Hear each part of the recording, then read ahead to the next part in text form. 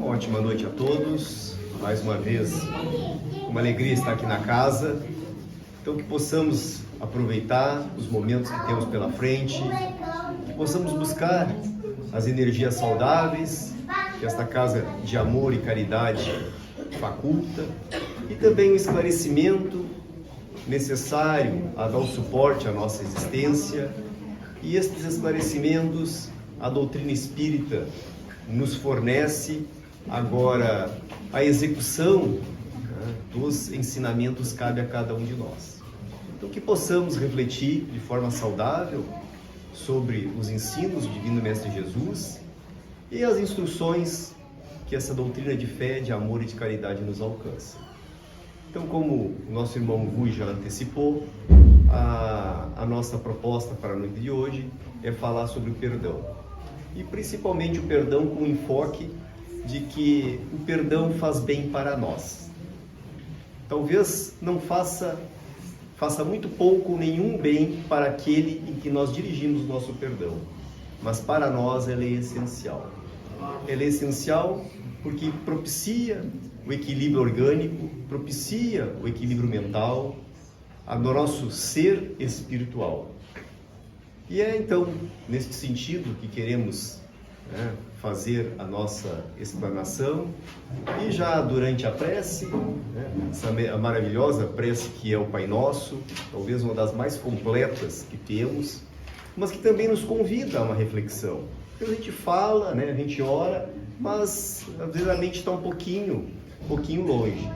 Então a prece nos diz que nós pedimos o perdão ao Pai, assim como nós perdoamos os nossos inimigos.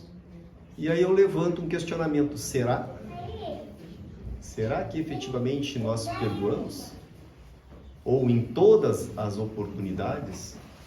Tomara fosse.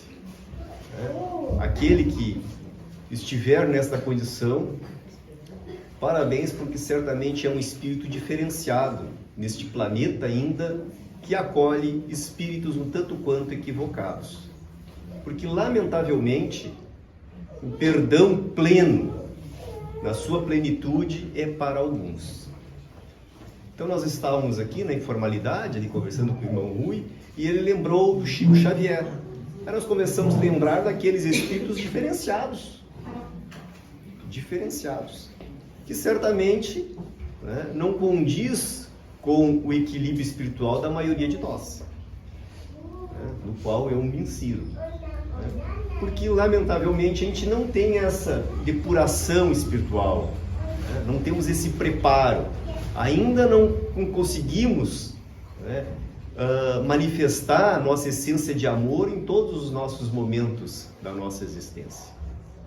E para isso, então, que vamos buscar o suporte nos ensinamentos que o próprio Evangelho de Jesus nos concede, os ensinos de Jesus. E, acima de tudo, Jesus, diferente de nós, não só ensinava, como praticava. Ele ia além do que normalmente a gente faz. Ensinava e praticava. E lá ele já dizia que nós tínhamos que perdoar não 7 vezes. Porque aqueles números cabalísticos, 7 vezes. Então perguntaram quantas vezes tinha que perdoar? 7 vezes? Não. 70 vezes 7 vezes. E certamente Jesus não estava fazendo uma proposta da gente fazer um cálculo matemático. Então, por ele simplesmente multiplicar o 70 pelo 7. Mas dando um claro ensino de que tínhamos que perdoar tantas vezes quanto fosse necessário. Mais adiante ele diz que nós tínhamos que se reconciliar com o nosso adversário enquanto ele estivesse entre nós. Tínhamos que perdoar para que o Pai nos perdoasse. E então, hoje, com o advento do auxílio espiritual mais corrente na nossa vida, casas como esta, em que instrutores abnegados do mundo espiritual vêm em nosso socorro, nos dá as instruções úteis, somos chamados à atenção da importância do perdão para nós mesmos. Para nós mesmos. Passamos a ser médicos de nós mesmos. Equilíbrio esse, né, que nos elimina, ou digamos assim, impede que nós tenhamos alguns distúrbios orgânicos. Impede que tenhamos alguns distúrbios espirituais. E principalmente que a gente venha a cobrar ou a ser cobrado por aqueles que não nos são afetos. E nos dias de hoje, né, com o próprio assim, contato social que temos, né, nos tempos de Jesus, certamente as pessoas em que a gente interagir eram muito menores do que nos dias de hoje. Pela própria população em si, pela facilidade que temos de comunicação e de locomoção, né? Então a gente certamente se coloca, né, numa situação, né, de encontrarmos indivíduos, né, que não têm os mesmos entendimentos que os nossos, né, que não têm os mesmos gostos, ou até que nos causa, né, certo desconforto, né, certos contratempos. Então me parece, né, numa análise assim muito pessoal, que hoje nós estamos muito mais sujeitos, né, muito mais expostos, né, a este conflito do que tivemos no passado. E já naquela época éramos alertados sobre a importância do perdão. Mas nos dias de hoje, não só por este contato, né, mas para as informações que são últimas, nós somos bombardeados de informação. E normalmente, né, aquelas informações que estão contra os nossos interesses nos causam uma certa rebeldia. Então que sirva este tema para o nosso alerta de que nós nos desorganizamos em razão dessas contrariedades. E alguns estudos que não são da área religiosa, não são de pesquisadores pelo mundo afora, né, de médicos, de cientistas, de psicólogos, dão conta de que aquele que perdoa, né, ele tem um ganho de qualidade de vida. Diminui pressão arterial, diminui o estresse, melhora o sono, né, melhora aquelas manifestações, né, de doenças autoimunes, né, doenças de pele, entre outras, né, que é o simples ato do perdão. E a gente se questiona, tá, mas e a justiça? O fulano, o Beltrano, né, me causou um contratempo, vai ficar por isso mesmo? Bom, primeiro que Deus não precisa de ninguém para agir em seu nome. Aquele que age em desequilíbrio, que age no desequilíbrio universal, atenta contra a lei de Deus. E a lei divina tem os seus mecanismos, né, de colocar o infrator novamente no rumo certo. Deus não precisa terceirizar essa tarefa. Não precisa que a gente seja agente, né, desta justiça. Todo aquele que comete equívoco vai ter que prestar conta, vai ter que se ajustar. Não como castigo divino, mas como uma lei natural, né, da reorganização, do reequilíbrio.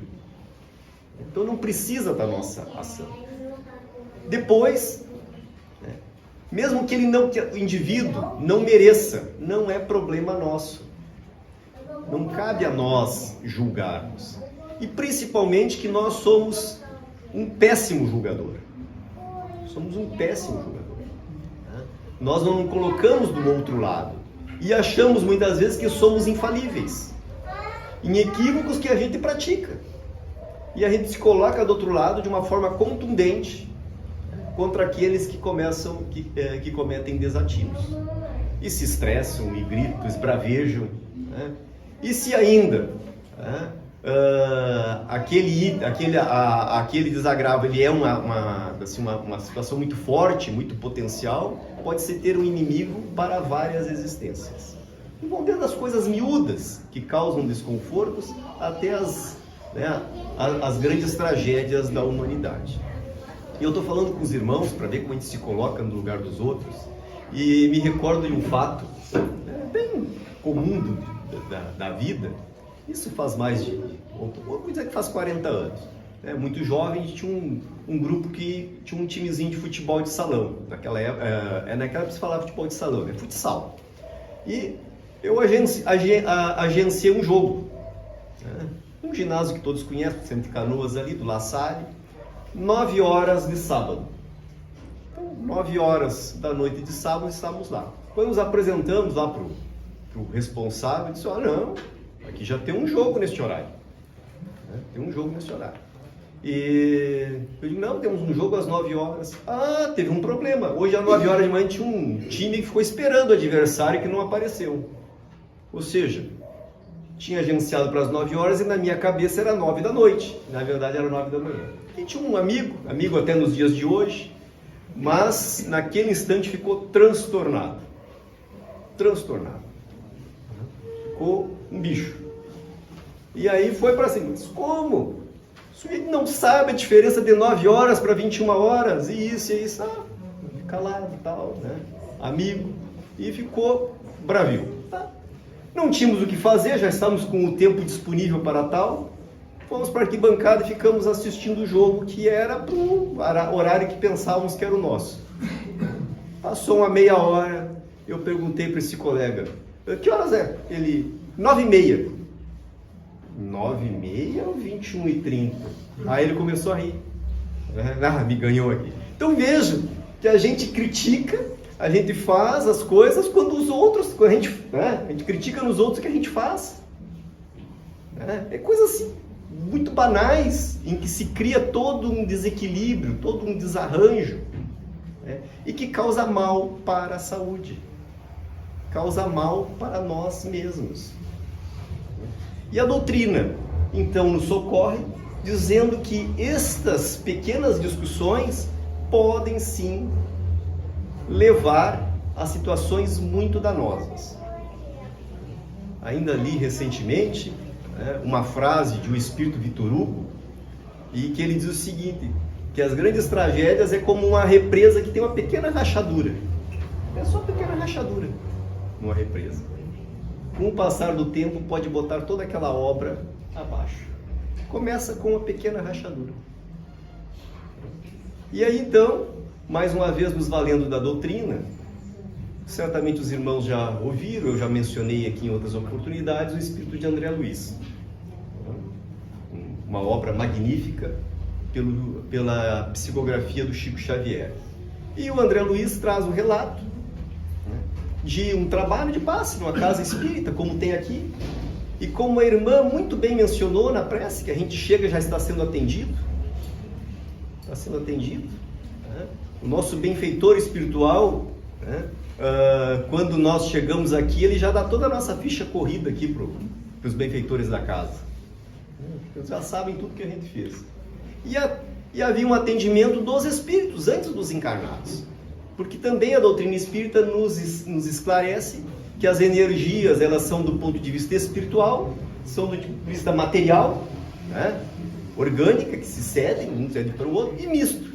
E neste caso, né, os trabalhadores espirituais já estavam providenciando aquela magnetização, aquele equilíbrio para os indivíduos que estavam chegando. E ali estavam tratando uma senhora que tinha um problema cardíaco no coração, manchas, né, alterações cardíacas. E aí os benfeitores disseram assim, começaram a trabalhar, né, diluíram aquelas energias pestilentas, né, tirando da região cardíaca para a parte externa, para a pele, tratando a senhora. E aí o André Luiz sempre questionando, né, o tratamento, disse, não, essa senhora está com esse desequilíbrio porque teve hoje um atrito com o esposo pela manhã. Teve uma discussão em casa. E aí foi para a casa espírita e ela tinha, né, bons sentimentos, não guardou mágoa, não guardou ódio do companheiro, né, assim, me lamentando, né, a situação ocorrida. Era uma pessoa que manifestava uma fé bastante forte, né, tinha princípios retos, e lá recebeu o tratamento. Foi aliviada daquele distúrbio que começou pela manhã numa discussão doméstica, com um familiar, com seu esposo. Quem de nós não tem uma discussão no ambiente de trabalho, no trânsito, com um parente, com um amigo, e que a gente cria problemas? E aí começou a questionar, e se não fosse tratado poderia ter problema sério, poderia desenvolver um problema mais grave. Então vejam, é a pequena rachadura na represa. E aí André Luiz perguntou, tá, mas e se ela não viesse ao templo espírita? Se ela, né, não conhecesse? Não, poderia ir a qualquer templo. Onde há, né, a prática do amor, da caridade, né, querendo processar o bem, vai se ter atendimento. Há benfeitores que ali trabalham. Né? E se ela não tivesse religiosidade alguma? Perguntou André Luiz. Ele disse, olha, se tivesse os princípios retos, né, querendo bem, querendo acertar, também teria o tratamento. Claro que numa casa espírita, com base na fé raciocinada, né, sem dogmas, né, com a clareza que a doutrina facilita, mas teria também. Mas em compensação, né, se ela agisse na maldade, na mágoa, no rancor, né, os benfeitores superiores, né, não poderiam ajudar. Ela ficaria entregue à própria sorte. Então vejam, né, perdão, mágoa, não perdoamos, geramos mágoa, geramos rancor, né, quando não queremos ainda vingar, criamos toda uma sorte de desequilíbrios seríssimos para nós mesmos. Então o perdão talvez não beneficie, provavelmente não beneficie aquele que é perdoado.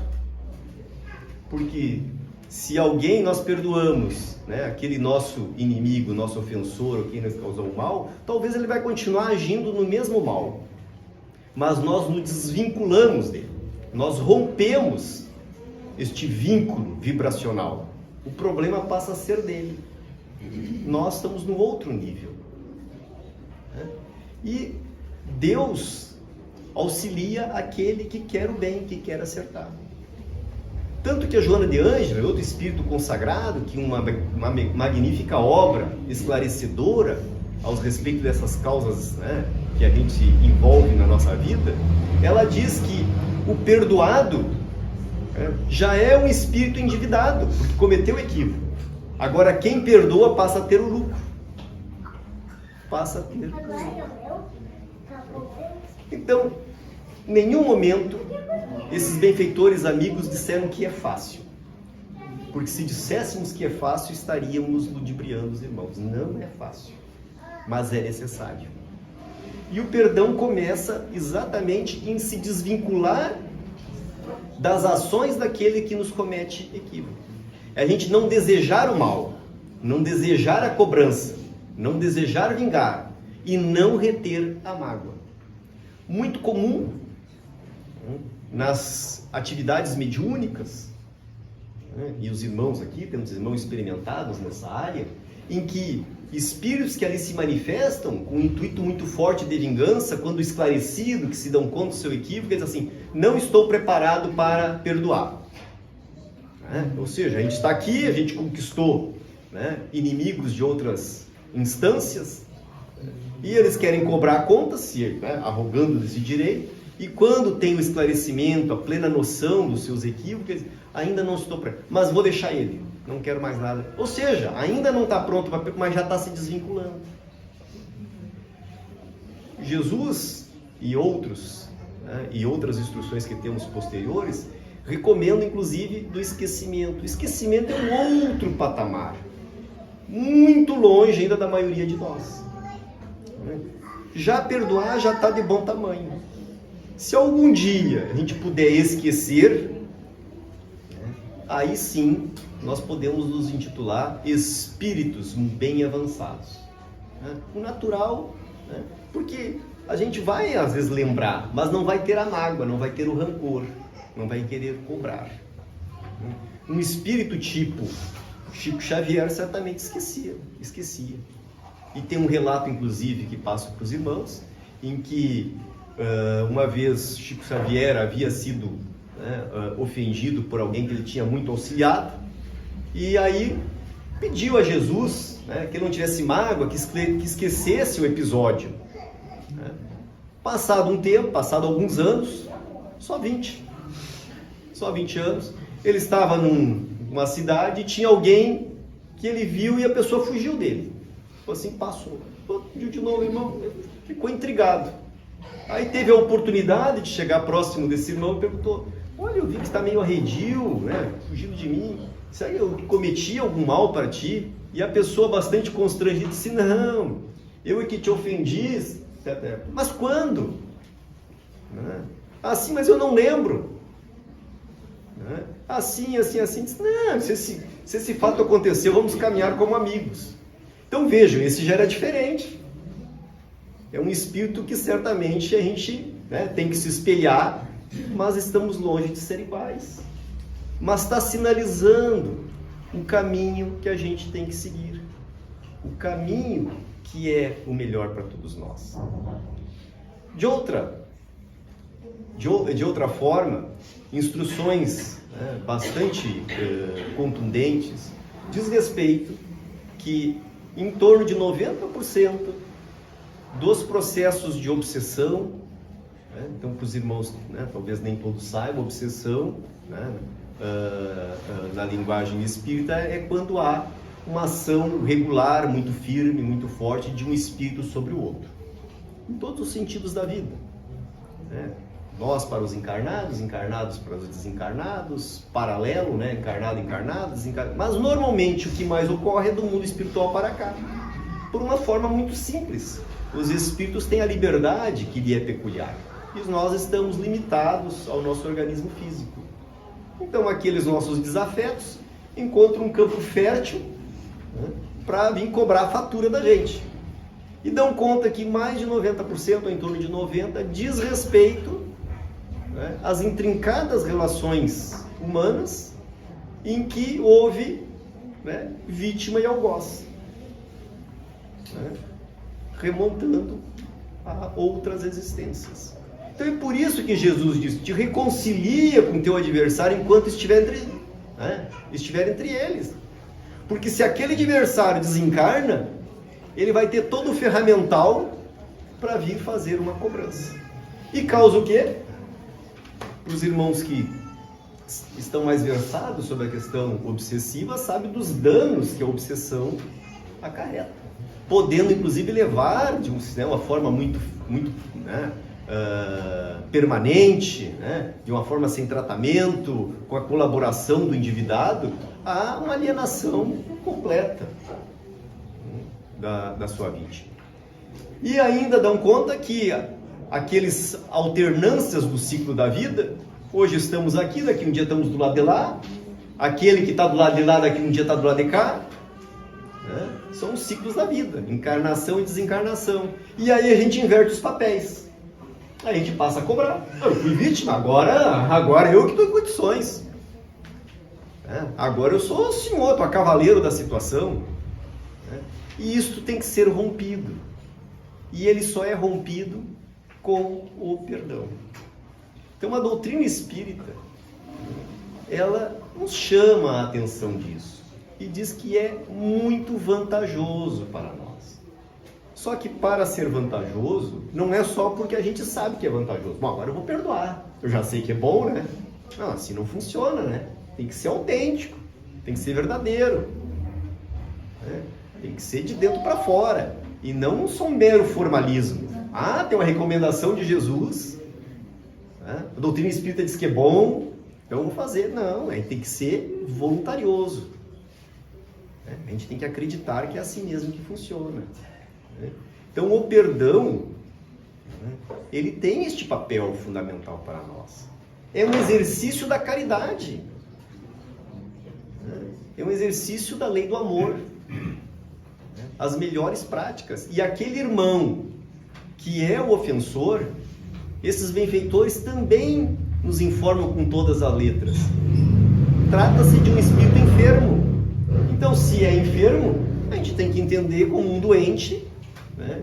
E vai ter, digamos assim, né, a nossa benevolência por estarmos tratando com um doente. Li recentemente, né, de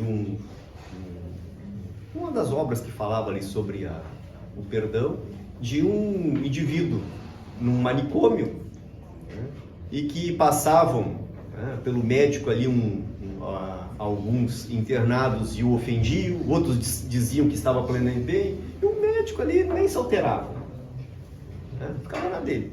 Aí, né, questionado, né, aquela situação em que ele vivia, né, alguns o ofendendo, querendo briga, outros completamente alienados, dizendo que nada tinham. Ele disse, mas são doentes, eles estão doentes. Então ele não se ofendia, porque ele tinha a plena noção de que aqueles em que ele tratava eram doentes. E assim nós temos que agir. Aqueles que estão agindo contra a lei de Deus e, né, manifestando esse reflexo em nós mesmos, são doentes. Lamentavelmente são doentes. E não ficarão impunes se agiram deliberadamente para o dano. Não ficarão impunes, como temos vistos em todos os momentos da nossa vida. Então o que a doutrina nos conclama é que a gente queira ser, né, um agente ativo para o cultivo do nosso equilíbrio orgânico, né, nosso espiritual. E aí vou já endereçando ao nosso encerramento aqui da nossa fala, para trazer mais uma vez um relato, né, do André Luiz. E o espírito André Luiz, este mesmo episódio que antes retratei, né, de uma casa espírita, em que irmãos como nós aqui, né, frequentadores, vinham para o atendimento, e ali estavam sendo processado o passe, e tinha um senhor, né, que foi para atendimento, e aí o benfeitor da casa, e diga-se de passagem, os benfeitores espirituais da casa dão mais alta capacitação, né? Os atributos para a atividade espiritual dos benfeitores espirituais era enorme, era incomparável com os encarnados. E foram atender um senhor, e aquele que era o, digamos assim, o responsável, foi para o seu superior, que tinha um coordenador, e disse assim, temos um caso de 10ª vez. Aí o André Luiz, o que é 10ª vez? Aí eles começam a explicar que aquele cidadão ali, ele tinha sido atendido 10 vezes nos últimos 3 meses. Tinha recebido passe, energias curadoras, magnetismo, mas ele tinha um temperamento irracível. Ele tinha fé até, porque ia na casa, né? Ele não era assim, resistente às informações espirituais. O que ele era resistente era a mudança dos seus hábitos. E aí eles começam a ilustrar que ele tinha um temperamento irracível, comprava briga torta e direita, ofendia, né? Gostava de uma rixa, né? Ficava magoado com qualquer contrariedade. Então ele era uma pessoa daqueles que, né, certamente a gente conhece um outro que é difícil relacionamento, difícil convívio. E ele tinha problemas sérios orgânicos, fígado, coração e outras tantas. E aí se perguntar, tá, o que nós vamos fazer? Não, a gente não vai poder conduzir a cura, né? A gente vai aliviá-lo, mas a dor também é educativa. Ele vai ter que, né, por enquanto, se virar sozinho. Ele não vai ter o amparo espiritual enquanto ele não quiser mudar. Nós oferecemos 10 oportunidades em 3 meses e ele não mudou em absolutamente nada. E estava desenvolvendo problemas orgânicos seríssimos em razão desta conduta. Desenvolver a raiva, desenvolver a mágoa, não saber relevar o erro alheio, e ele estava tendo distúrbios que, se ele, né, não se esforçasse para mudar, certamente ia comprometer, né, a sua vida orgânica. E além de tudo, né, ter uma vida com pouca qualidade, né, com muito sofrimento. Então vejam como a nossa capacidade, nós temos uma capacidade, né, de nós mesmos nos intoxicar, nós não precisamos de ninguém para nos prejudicar. Agora, essa mesma capacidade que nós temos de nos intoxicar com as nossas práticas, com as nossas, né, emanações mentais, nós também temos de nos depurarmos, né? Basta a gente cortar, né, este elo de ligação. Porque a espiritualidade amiga, meus irmãos, quer nos socorrer, quer nos ajudar, quer que a gente se torne melhor. Agora, eles não fazem aquilo que nos compete. O que nos compete, nos compete. É o caso desse cidadão retratado por André Luiz. Os espíritos estavam ali, tinham atendido 10 vezes.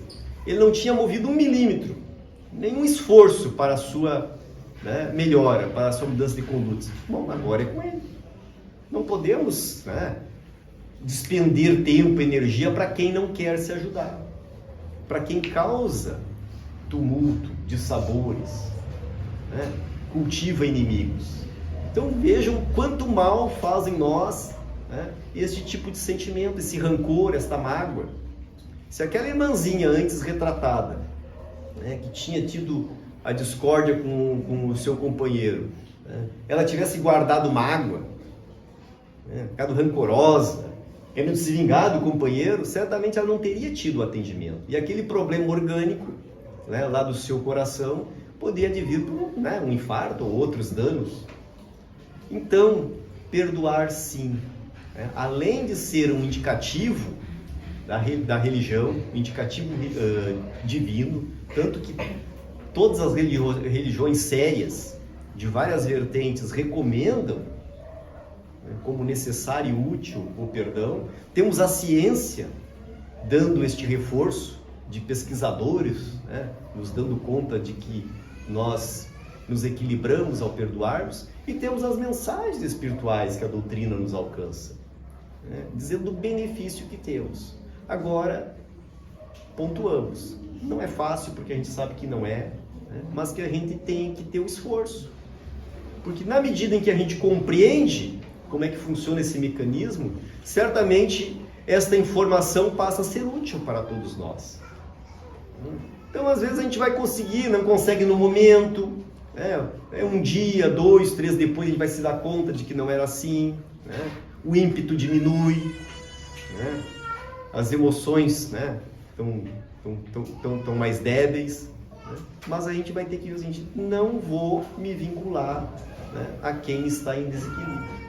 O que costumamos dizer é o seguinte, meus irmãos, que se alguém está com uma baixa vibração pelas suas práticas, pelos seus pensamentos, a gente só desce até a vibração desses indivíduos se for para auxiliar, se for para, de alguma forma, contribuir para essas pessoas saírem desta situação. Se for para a gente se contaminar, é melhor então a gente romper esse laço. E quando a gente não perdoa, a gente guarda essas mágoas sem rancor, a gente acaba se contaminando e cria um vínculo que, em muitos casos, ultracende a presente encarnação. Então, aí está a dica. Certamente também faço a recomendação aos irmãos que temos um apanhado de instrução fantástico no Evangelho segundo o Espiritismo, capítulo 10, em que, sob o título de Bem-aventurados os misericordiosos, tem toda uma série de instruções, nos falando das propriedades, dos benefícios de praticarmos o perdão. Então, que tenhamos esta força, que possamos efetivamente compreendermos que nem sempre a gente vai ter pessoas ao nosso lado que têm os mesmos gostos que nós, temos os mesmos sentimentos, tem as mesmas escolhas, e que a gente então possa conviver.